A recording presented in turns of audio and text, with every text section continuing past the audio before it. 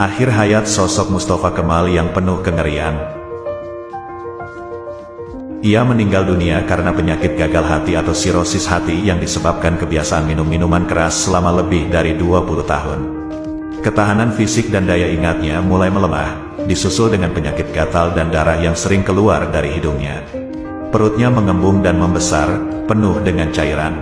Selain itu, kedua telapak kakinya juga mengalami pembengkakan. Kecanduan dengan seks juga membuatnya melakukan perbuatan homoseksual. Hal ini pernah disaksikan oleh istrinya sendiri, Latifah Hanim atau Latife Hanim, dan Ismail, yaitu saudara kandung Latifah Hanim. Akibat perbuatan laknat ini, ia menderita penyakit sifilis atau raja singa, dan gonorea atau kencing nanah. Saat pingsan terakhir menjelang kematiannya, para dokter melepas gigi palsunya, sehingga ketika nyawanya lepas, mulutnya menjadi lebih lebar karena tidak ada gigi. Ketika meninggal dunia, berat tubuhnya layaknya kerangka, hanya seberat 48 kg. Ia meninggal setelah seluruh cairan dalam tubuhnya habis, sehingga tinggal kulit yang membalut tulang. Sungguh Allah menghinakan sosok pembenci Islam ini di dunia, belum lagi di akhirat kelak.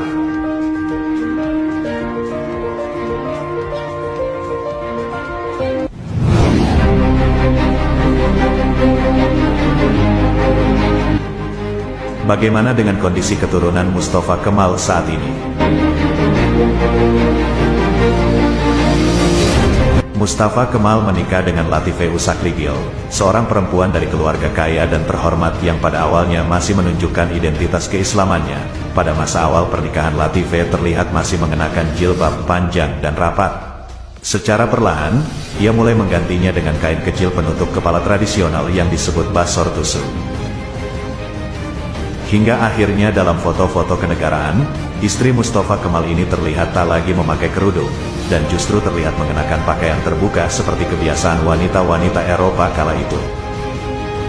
Lebih parahnya lagi adalah, di forum-forum resmi ia juga mendesak wanita-wanita Turki untuk mengikutinya. Seperti halnya suaminya, ia mempromosikan gaya hidup sekuler melalui isu-isu emansipasi.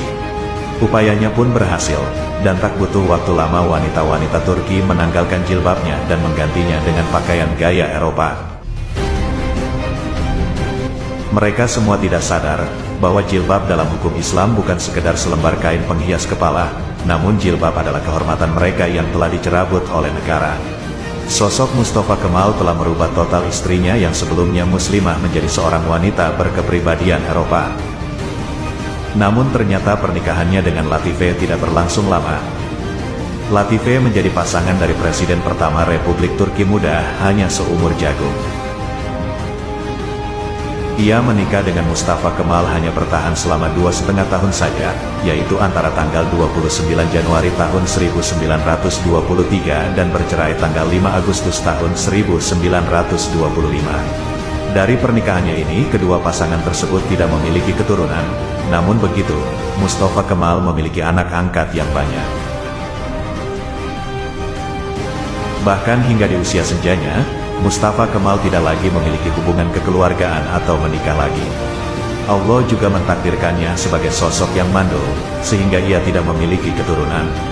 Hal ini sangatlah wajar mengingat gaya kehidupannya yang bebas, sehingga berhubungan dengan banyak wanita tetapi tidak diikat dengan tali perkawinan. Menurut informasi dari mantan iparnya, Mustafa Meci, meski tidak memiliki keturunan, Ataturk mengadopsi 9 anak, laki-laki dan perempuan, sejak masa mudanya. Yang pertama adalah anak laki-laki berusia 8 tahun bernama Abdurrahim, yang ketika berada di Van selama Perang Dunia Pertama, melihat bahwa dia kesepian dan membutuhkannya sehingga dia membawanya ke Istanbul, dan belajar sehingga mendapatkan pekerjaan. Yang kedua, seorang gadis yatim piatu bernama Afife, berusia 6 atau 7 tahun, yang berlindung padanya selama retret di Tbilisi. Setelah pernikahan mereka dengan Latife Hanim, ketika mereka datang ke Istanbul, Zehra, yang mereka ambil dari asrama yatim piatu di Kagitane.